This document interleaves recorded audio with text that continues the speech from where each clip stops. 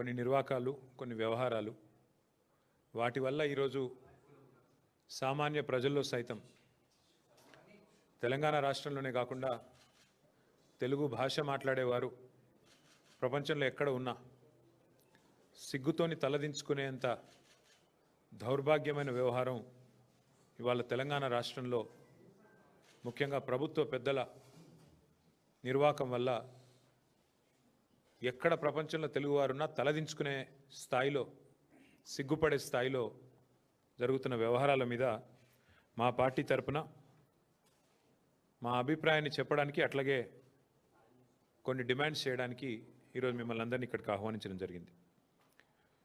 వరుసగా జరుగుతున్న ఈ పరిణామాలు ఏవైతే ఉన్నాయో నిజంగా కూడా చాలా ఆందోళనకరంగా, చాలా బాధాకరంగా తెలంగాణ ప్రతిష్టను దెబ్బతీసే స్థాయిలో ఉన్నాయి. ముఖ్యమంత్రి మంత్రుల మధ్యన పంపకాల విషయంలో వచ్చిన పంచాయతీలు ఇవాళ రాష్ట్ర పరువుని, రాష్ట్ర ప్రతిష్టని నడి బజార్లో నించోబెట్టి తెలంగాణ అంటే ఇదా అనే స్థాయిలో మన పరువు పోయే విధంగా వీళ్ళ వ్యవహారాలు ఉన్నాయి. మంత్రుల మధ్యలోనేమో కమిషన్ల కోసం కొట్లాటలు, ముఖ్యమంత్రి గారు ఆయన కుటుంబ సభ్యులు చేస్తున్న అరాచకాల గురించి మంత్రుల కుటుంబ సభ్యులు గొంతు పెంచి గొంతు విప్పి బాహాటంగా మీడియాకే చెప్తా ఉన్నారు. మరొక వైపు పారిశ్రామికవేత్తల తలకి తుపాకీ పెట్టి బెదిరింపులు, దౌర్జన్యాలు, గూండాగిరి, రౌడీయిజం, ఇక ఇవన్నీ చాలన్నట్టు ఇవాళ కొత్తది ఇంకోటి. చివరికి తమ మాట వింటలేరని చెప్పి ఐఏఎస్ అధికారులను కూడా బలి పశువులు చేసే స్థాయికి ఇవాళ రాష్ట్ర ప్రభుత్వ వ్యవహారం ఉన్నది. శామ్ రిజ్వీ, సయ్యద్ అలీ ముర్తుజా రిజ్వీ గారు, ఆయన ఒక సిన్సియర్ అధికారి, ఏ ప్రభుత్వంలో పనిచేసినా చక్కగా పనిచేసిన అధికారి. ఇంకా నాకు తెలిసి దాదాపు 10 ఏళ్ల సర్వీస్ ఉంది ఆయనకి. అడిషనల్ సెక్రటరీగా మొన్ననే అయినారు. అంతా బాగుంటే ఈ దౌర్జన్యాలు, దుర్మార్గులు ఇట్లాంటి వాళ్ళు లేకపోతే, ప్రభుత్వాన్ని నడిపే వాళ్ళకి సోయి ఉంటే బహుశా క్యాబినెట్ సెక్రటరీ స్థాయిలో, అంటే భారతదేశంలోనే అత్యున్నత స్థాయి ఒక ఐఏఎస్ అధికారికి క్యాబినెట్ సెక్రటరీ, ఆ స్థాయికి పోయే అవకాశం ఉన్న అధికారి సయ్యద్ అలీ ముర్తుజా రిజ్వీ. అట్లాంటి రిజ్వీ గారు ఒక నిజాయితీపరుడైన అధికారిగా ఆయనకు పేరుంది. అట్లాంటి రిజ్వీ గారు కూడా ఈరోజు దాదాపు 10 ఏళ్ల సర్వీస్ ఉండగానే వాలంటరీ రిటైర్మెంట్ తీసుకునే స్థాయికి వచ్చింది. దౌర్జన్యాలు, దుర్మార్గాలు, అరాచకాలు అంటే ఎంత దరిద్రంగా ఈ ప్రభుత్వం నడుస్తున్నదో, ఎంత నికృష్టంగా ఈ ప్రభుత్వంలోని మంత్రులు, ముఖ్యమంత్రి యొక్క వైఖరి ఉందో దాన్ని బట్టే చెప్పొచ్చు.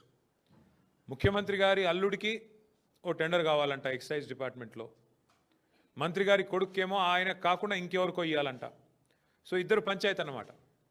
ముఖ్యమంత్రి గారి అల్లుడు, మంత్రి గారి కొడుకు, 500 కోట్ల టెండర్ పంచాయతీ ఇది. ఈ టెండర్ పంచాయతీలో మధ్యలో నలిగిపోయిన రిజ్వీ గారు ఇవాళ 10 సంవత్సరాల తన సర్వీస్ను వదులుకొని, నాకు వద్దు ఈ దౌర్భాగ్యపు ప్రభుత్వం, ఈ దౌర్భాగ్య పరిస్థితి అని చెప్పి రాజీనామా చేసి వారు వాలంటరీ రిటైర్మెంట్ పెట్టుకొని తప్పుకునే పరిస్థితి వచ్చింది. వాలంటరీ రిటైర్మెంటు ఆయన పెట్టుకుంటే, అప్లికేషన్ పెట్టుకుంటే, ఇది బయటికి ఎట్లా వచ్చింది వ్యవహారం మొత్తం కుంభకోణం అంతే.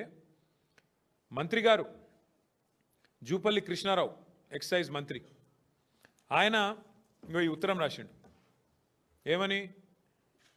ఈయన అధికారి, ఐఏఎస్ అధికారి గారు పెట్టుకున్న వాలంటరీ రిటైర్మెంట్ను ఆమోదించవద్దు, ఆయన మీద ఎంక్వైరీ చేయాలి, నేను చెప్పినట్టు వినలేదు, ముఖ్యమంత్రి చెప్పినట్టు విన్నాడు, ఆయన అల్లునికి వచ్చింది, నా కొడుకు రాలేదు అని చెప్పి ఆ అధికారి మీద కక్ష తీర్చుకోవడానికి మంత్రి గారు రాసిన ఉత్తరం అధికారిని చివరికి తన వాలంటరీ తీసుకునే, రిటైర్మెంట్ తీసుకునే పరిస్థితి తెచ్చింది.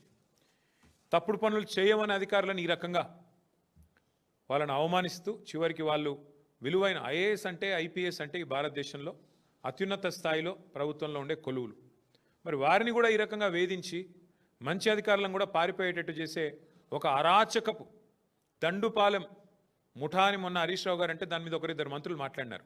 ఎస్, ముమ్మాటికి ఇది దండుపాలెం ముఠానే ఈ రాష్ట్రాన్ని నడుపుతున్నది. దండుపాలెం ముఠానే, దానికి నాయకుడు రేవంత్ రెడ్డి. ఆయన నాయకత్వంలో ఇన్ని అరాచకాలు మీరు ఆలోచన చేయండి. ఆయన చివరికి నేను ఈ మంత్రి ముఖ్యమంత్రి ఈ బాధ నాకెందుకని చెప్పి అధికారి తప్పుకొని పారిపోయే పరిస్థితి. పారిపోతుంటే ఆయన పారిపోనియొద్దు, నేను చెప్పినట్టు చేయలేదు కాబట్టి ఆయన మీద విచారణ జరిపించాలని ఇక మంత్రి గారు ఇంత పెద్ద ఉత్తరం రాసిండు. అంటే ఇంత అరాచకం ఈ ప్రభుత్వంలో ఈరోజు నడుస్తూ ఉంది. గతంలో కూడా మనం చూసినాం కాంగ్రెస్ ప్రభుత్వంలో. గతంలో ఉన్న కాంగ్రెస్ ప్రభుత్వంలో ఆనాడు కూడా ఇట్లాగే అధికారులు మరి అప్పుడున్న ప్రభుత్వాలు చెప్పినట్టుగా చేస్తే చివరికి వాళ్ళు జైలుకు పోయినారు. ఇప్పుడు కూడా నేను చెప్తా ఉన్నా, ఈరోజు అధికారంలో కాంగ్రెస్ ఉన్నది. ఈరోజు అధికారంలో ఉన్న కాంగ్రెస్ పార్టీ ఇష్టం వచ్చినట్టు ఏదైతే వ్యవహారాలు చేస్తున్నదో నేను అధికారులకు అపీల్ చేస్తూ ఉన్నా, అధికారులకు విజ్ఞప్తి చేస్తూ ఉన్నా. ఇవాళ రిజ్వీ గారు చివరికి వాలంటరీ రిటైర్మెంట్ తీసుకునే పరిస్థితి వచ్చింది. మీరు రేవంత్ రెడ్డో లేకపోతే ఇంకో మంత్రో వాళ్ళు చేసే అరాచకాలకు వత్తాసు పలికితే, వాళ్ళు చేసే అన్యాయాలకు మీరు అండగా నిలిస్తే తప్పకుండా మీకు కూడా శిక్ష తప్పదు, దయచేసి జాగ్రత్తగా ఉండండి అని చెప్పి అధికారులకు నేను విజ్ఞప్తి చేస్తూ ఉన్నాను. అట్లాగే మేము ఇంకో మాట కూడా నేను చెప్తా ఉన్నా, వాళ్ళ అధికారులు కూడా భయపడుతున్నారు. వీళ్ళు చేసే అరాచకాల్లో ఈ పాపాలలో మాకు భాగస్వామ్యం వద్దు, మేము ఉండము అని చెప్పి దండం పెట్టిపోయే పరిస్థితి అధికారులకు కూడా వచ్చింది. వీళ్ళ వాటాల పంచాయతీలో మాకెందుకు, ఈ మూటల కొట్లాటలో మేమెందుకు తలదూర్చాలని చెప్పి అధికారులు పారిపోయే పరిస్థితి వచ్చిందంటేనే, సీనియర్ బ్యూరోక్రాట్లు కూడా నలిగిపోతున్నారంటేనే ఎంత దరిద్రంగా ఈ రాష్ట్రంలో ప్రభుత్వం ఉందో, పరిపాలన ఉందో దాన్ని బట్టే చెప్పొచ్చు. అవినీతి విలయతాండవం చేస్తూ ఉంది వాళ్ళ రాష్ట్రంలో. అక్రమాల్లో వీళ్ళ అక్రమాలు కింది నుంచి పైదాకా, గ్రామ స్థాయి నుంచి సెక్రటేరియట్ స్థాయి దాకా జరుగుతున్న అరాచకాలు ఒకటి కాదు, రెండు కాదు. ముఖ్యమంత్రి గారు 1000 కోట్లు సంపాదిస్తే మేము కనీసం కొన్ని 100 కోట్లు సంపాదించుకోవద్దా అని చెప్పి మంత్రులు ఇల్లుండగానే దీపం చక్కబెట్టుకునే ప్రయత్నంలో వాళ్ళు ఉన్నారు. ఇవాళ వాస్తవం ఎట్లుంది అంటే, రేవంత్ రెడ్డి గారి పరిపాలన ఎట్లుందంటే, తుపాకులతో బెదిరించే సెటిల్మెంట్ సెంటర్లు ఫుల్లు, తూకాలు వేసే ధాన్యం కొనుగోలు కేంద్రాలు మాత్రం నిల్లు. ఇందిరమ్మ రాజ్యంలో పారిశ్రామికవేత్తలు వ్యాపారాలు చేసుకోలేకపోతున్నారు. చివరికి ఐఏఎస్ అధికారులు ఉద్యోగం కూడా చేసుకోలేక చేతులెత్తేసే పరిస్థితి వచ్చింది. ఇది ఇందిరమ్మ రాజ్యం కాదు. ఒక్క మాటలో చెప్పాలంటే ఇది ఒక మాఫియా రాజ్యం.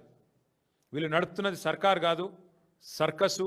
ఇక్కడ నడుస్తున్నది ఒక మాఫియా రాజ్యం.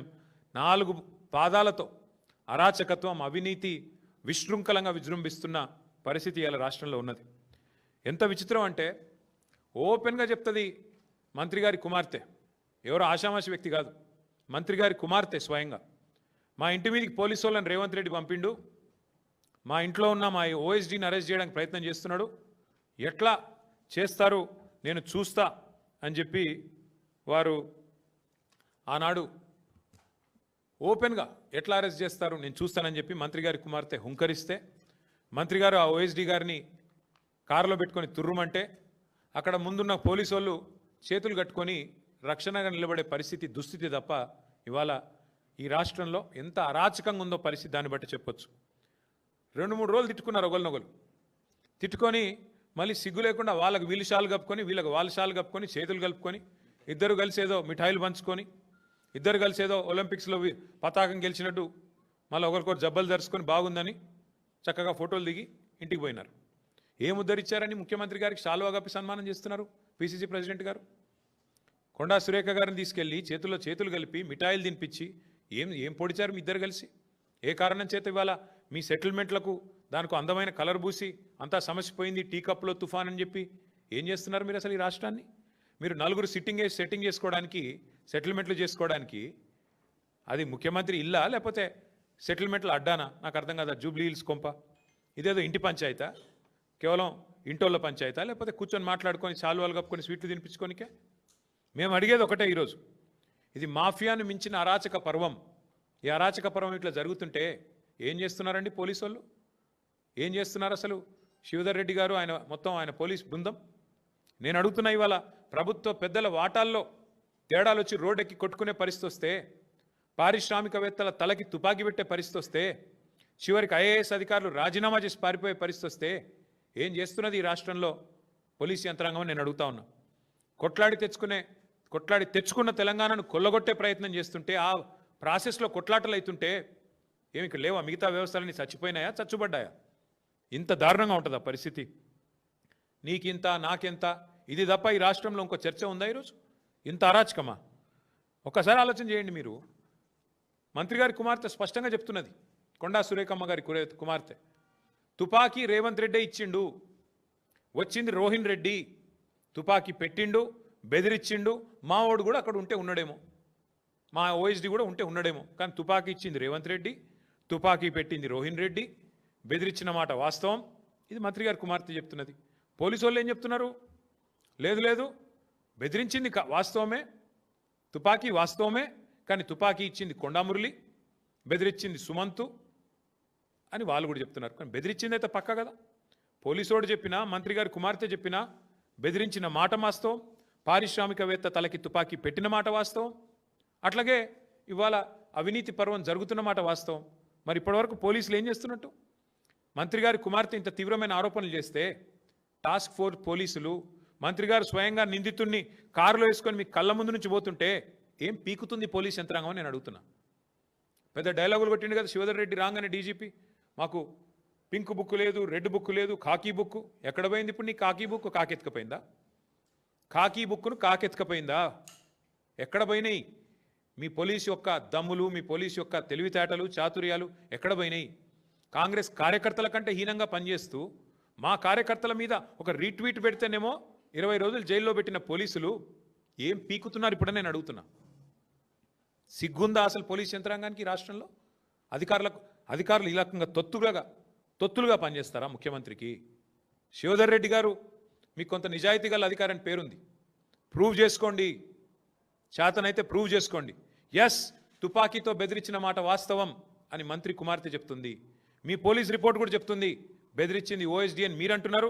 కాదు, బెదిరించింది ముఖ్యమంత్రి ఇచ్చిన తుపాకీతో ముఖ్యమంత్రి సన్నిహితుడు రోహిన్ రెడ్డి బెదిరించిండని మంత్రి గారి కుమార్తె చెప్తుంది.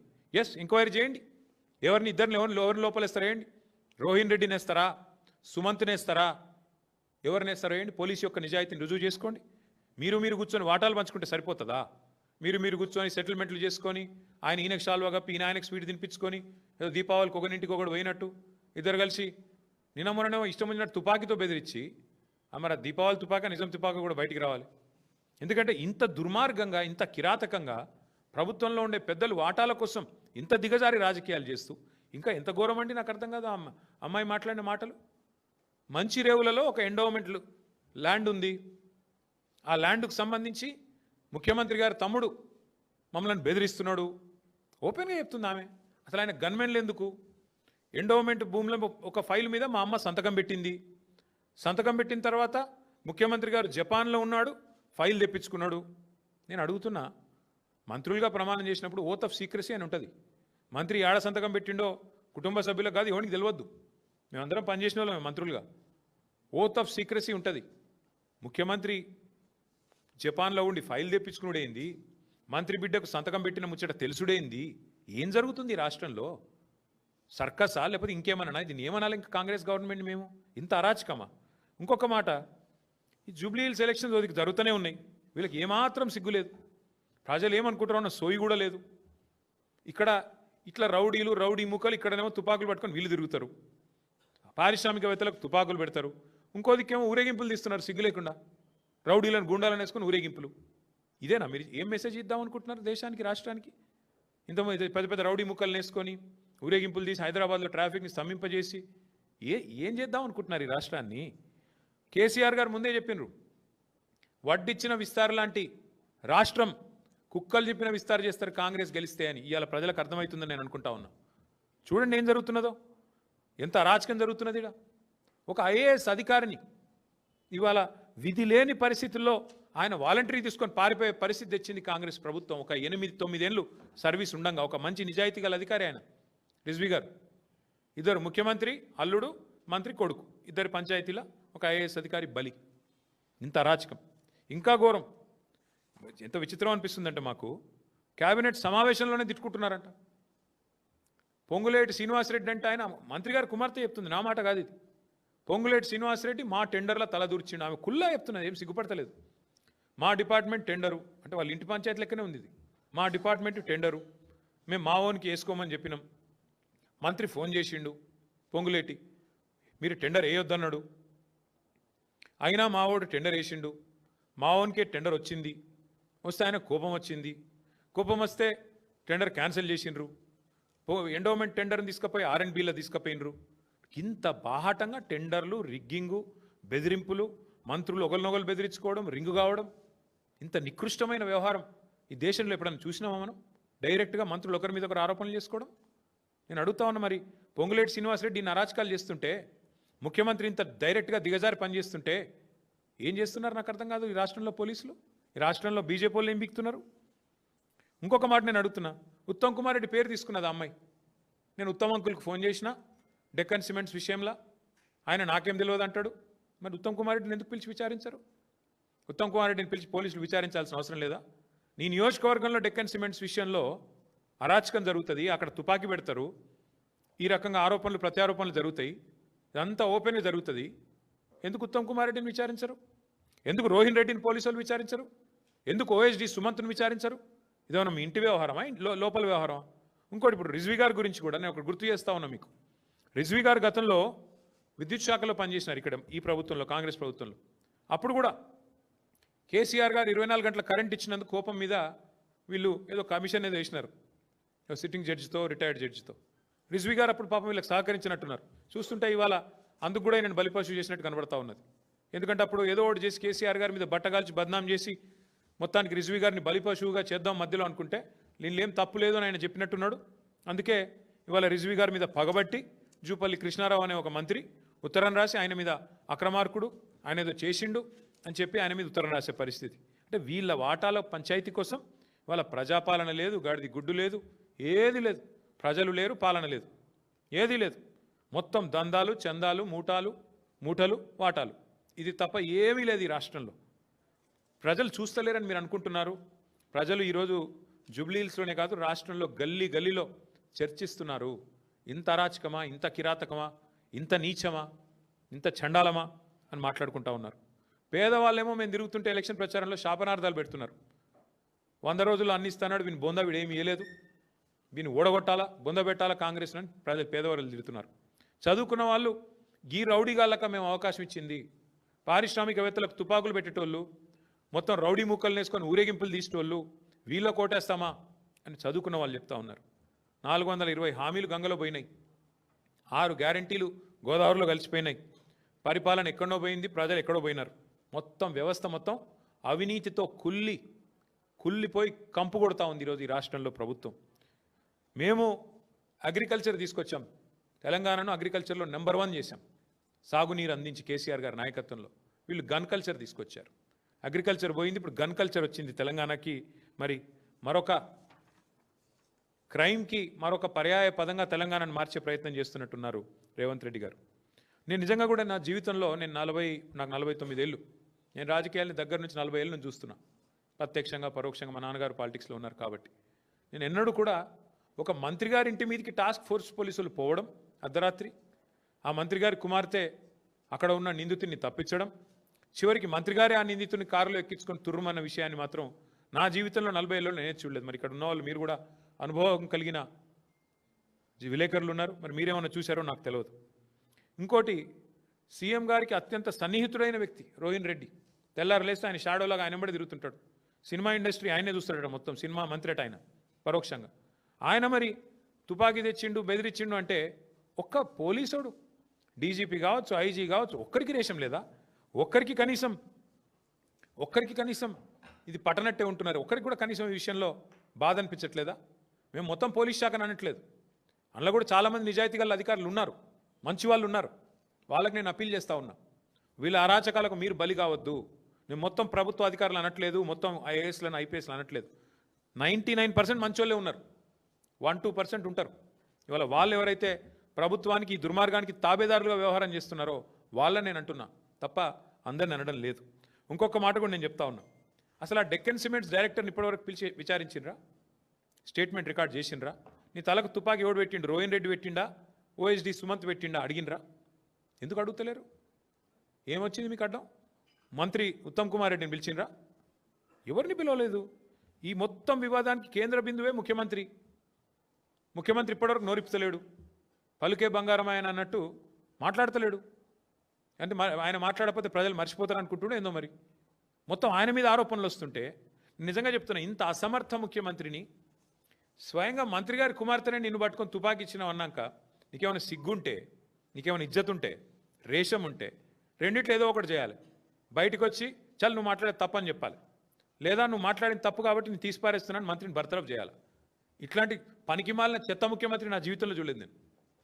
ఏది చేత కాదు, పరిపాలన చేత కాదు, సంక్షేమము చేత కాదు, మంత్రులను నియంత్రించే చేత కాదు, ప్రజలకు సంక్షేమ ఫలాలు అందించేది చేత కాదు. అందుకే నేను అనేది ఈ సెటిల్మెంట్ల ముఖ్యమంత్రి, ఈ దావుద్ ఇబ్రాహీంకి కజిన్ బ్రదర్ లాంటి ముఖ్యమంత్రి ఎవడైతే ఉన్నాడో ఈయనను వదిలించుకుంటే తప్ప తెలంగాణకు పట్టిన శని, తెలంగాణకు పట్టిన దరిద్రం పోదు. తప్పకుండా నేను జూబ్లీహిల్స్ ప్రజలకు కూడా విజ్ఞప్తి చేస్తూ ఉన్నా, రాష్ట్ర ప్రజలకు కూడా విజ్ఞప్తి చేస్తూ ఉన్నా, ఈ అరాచకానికి అడ్డుకట్ట వేసే శక్తి మీకు మాత్రమే ఉంది ప్రజాస్వామ్యంలో. ఎస్, వీళ్ళ బరితెగింపుకు, వీళ్ళ విశృంఖలత్వానికి, వీళ్ళ అవినీతి ఏదైతే ఇవాళ పతాక స్థాయికి చేరిందో దీన్ని తప్పకుండా అడ్డుకట్ట వేసే బాధ్యత ప్రజలే తీసుకోవాలి. మేము కొట్లాడతాం. బీజేపీ ఎట్లాగో అమ్ముడుపోయింది వీళ్ళకి, ముఖ్యంగా బీజేపీ కాంగ్రెస్ ఇలా జాయింట్ వెంచర్ గవర్నమెంట్ నడుపుతున్నాయి. ఇక్కడ అందరికీ తెలుసు అది. BJP Congress joint venture government నడుస్తుంది తెలంగాణలో. ఇది అక్షర సత్యం. నేను అడుగుతున్నా, బండి సంజయ్, అమిత్ షా ఎందుకు మాట్లాడతలేరండి? ఓపెన్గా ఇంత జరుగుతుంటే, ఐఏఎస్ అధికారులు రాజీనామాలు చేస్తుంటే, పారిశ్రామికవేత్తల తలకు తుపాకులు పెడుతుంటే, పోలీసు వాళ్ళను మంత్రులు తరిమి కొడుతుంటే ఇంటికి పోతే ఎందుకు మాట్లాడదు బీజేపీ? ఏం అడ్డం వస్తుంది మీ గొంతుకి? ఎందుకు మీ సిబిఐ లాంటి సంస్థలు ఎందుకు వస్తలేవు? సిబిఐకి జనరల్ కన్సెంట్ ఇచ్చిండ్రు కదా, రమ్మను, ఎంక్వైరీ చేయమనండి, సువమోటోగా తీసుకోమనండి. ఇవేవి కనబడవు. అందుకే నేను అంటున్నా, ఈ రాష్ట్రాన్ని కాపాడుకోవాలి అంటే ఇంకా బీజేపీ వల్ల కాదు, ఇంకెవడి వల్ల కాదు, కేవలం కేసీఆర్ గారి నాయకత్వాన్ని తిరిగి తెచ్చుకుంటే తప్ప ఈ విశృంఖల, ఈ దుర్మార్గ ముఠాలకు, ఈ అరాచక పర్వాలకు తెరదించాలి అంటే ప్రజల చేతుల్లో నా శక్తి ఉంది. ఇంకా చాలా సమాచారం వస్తుంది మాకు కూడా. అసలు పంచాయతీ మంచిరేవులలో 35 ఎకరాలకు పంచాయతీ అట్టది అసలు పంచాయతీ. ముఖ్యమంత్రి గారి తమ్ముడు 20 ఎకరాలు తీసుకున్నాడట, ముంగట 15 ఎకరాలు కొండా సురేఖ గారి ఫ్యామిలీ తీసుకున్నదట. మొత్తం నాకు కావాలంటే నాకు కావాలని ఇద్దరు కొట్లాడుకుంటున్నారు. అందులోకెళ్ళి ఎండోమెంట్ ల్యాండ్కి వెళ్ళి రోడీ అన్నట. దాని గురించి జపాన్కి వెళ్ళి ఆయన ఫోన్లు, వీళ్ళు ఇక్కడ లొల్లి రోడ్ల మీద. ఇక అట్లాంటి వ్యవహారం ఇవాళ రాష్ట్రంలో నడుస్తూ ఉంది. ఇవన్నీ బయట పెడతాం, ఏది కూడా వదిలిపెట్టాం. ముఖ్యమంత్రి గారు ఎంత గింజుకున్నా, ఎంత అరిచినా ఇంకా మాకు చాలా విషయాలు తెలుసు. ముఖ్యమంత్రి గారికి నేను చెప్తా ఉన్నా మీడియా ద్వారా, నువ్వు శంకరా హిల్స్లో ఏం చేస్తున్నావో తెలుసు, నువ్వు సర్వే నెంబర్ 83లో ఏం చేయబోతున్నావో తెలుసు, మాకు అంతా సమాచారం ఉంది. నువ్వు ఎక్కడెక్కడ ఏం చేస్తున్నావో చిత్రగుప్తుడు రాసుకున్నట్టు చిట్టా రాసుకుంటున్నాం. శిశుపాలుడు తప్పులు కదా లెక్కబెట్టి ప్రజలు ఎప్పుడైతే శిరచ్ఛేదం చేసినారో ఆనాడు శ్రీకృష్ణుడు, ఆ టైపులో మీకు కూడా తప్పదు. తప్పులు ఏవైతే చేస్తున్నారో అన్ని ప్రజలు లెక్క కడుతున్నారు, ప్రజలే మీకు శిక్ష వేస్తారు. మాకు అన్నీ కూడా సమాచారం అందుతూ ఉంది ఎప్పటికప్పుడు. మేము అధికారులకు కూడా మళ్ళొకసారి చివరిగా విజ్ఞప్తి చేస్తూ ఉన్నాం, ఈ అరాచకంలో మీరు పాలు పంచుకోకండి. ఇక్కడ జూపల్లి కృష్ణారావు, రేవంత్ రెడ్డి, ఆయన కొడుకు, ఈయన అల్లుడు, వాళ్ళ బాధల మీరు పోయి మీరు అనవసరంగా మీరు బలిపశువులు కాకండి. రోహిన్ రెడ్డి సుమంత్ పంచాయతీలో పారిశ్రామికవేత్తలు ఎవరైతే నలిగిపోతున్నారో పారిశ్రామికవేత్తలకు నేను విజ్ఞప్తి చేస్తూ ఉన్నా, ఈ అరాచకానికి అడ్డుకట్ట వేయాలంటే మీరు కూడా తప్పకుండా మాట్లాడాలి, మీరు కూడా బయటికి రావాలి. అందుకే భారత రాష్ట్రం తరపున మేము డిమాండ్ చేస్తూ ఉన్నాం, పోలీస్ యంత్రాంగం స్పందించాలి, ఏం జరిగిందో చెప్పాలి, తుపాకీ తెచ్చిందేవడో చెప్పాలి, తెచ్చిన తుపాకీ రాముడేవాడు, రోహిన్ రెడ్డి సుమంత తెలవాలి, ఇచ్చినోడేవాడు అది కూడా తెలవాలి. అట్లాగే ఉత్తమ్ కుమార్ రెడ్డి స్టేట్మెంట్ రికార్డ్ చేయాలి. ఇవన్నీ విషయాలు పారదర్శకంగా ప్రజలకు చెప్పాలి. మీరు కనుక దాచే ప్రయత్నం చేస్తే మా గవర్నమెంట్ 2 ఏళ్లలో వస్తుంది, ప్రతిదాన్ని తవ్వి తీస్తాం. మేము కూడా ఖచ్చితంగా ప్రతిదానికి మిమ్మల్ని ఎవరెవరైతే అధికారులు రిటైర్మెంట్ అయినా తీసుకొచ్చి కూర్చోబెట్టి మళ్ళీ బాధ్యత వహించే విధంగా చేసే రెస్పాన్సిబిలిటీ మేము తీసుకుంటాం. ఈ విషయం మర్చిపోవద్దు, దయచేసి అరాచకత్వానికి అండగా నిలవద్దు. అధికారులకు కూడా చెప్తూ తప్పకుండా అన్ని విషయాలు ప్రజాక్షేత్రంలో మీడియా కూడా ఎప్పటికప్పుడు బయట పెట్టాలని, ఈ అరాచక పర్వానికి అడ్డుకట్ట వేయాలని చెప్పి కూడా మిమ్మల్ని మీడియాను కూడా సహకరించాలని కోరుతూ ధన్యవాదాలు.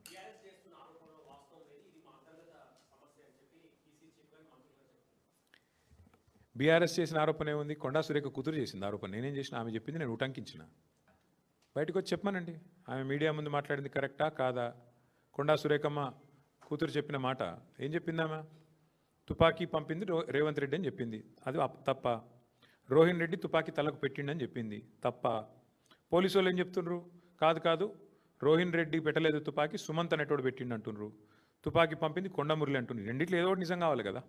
రెండిట్లో ఏదో ఒకటి నిజం అయితే మరి మధ్యలో పిసిసి ప్రెసిడెంటు వాళ్ళ ఇంటి పంచాయతీ ఇదేమన్నా నాకు అర్థం కాదు. కాంగ్రెస్ కొంపల పంచాయతీ.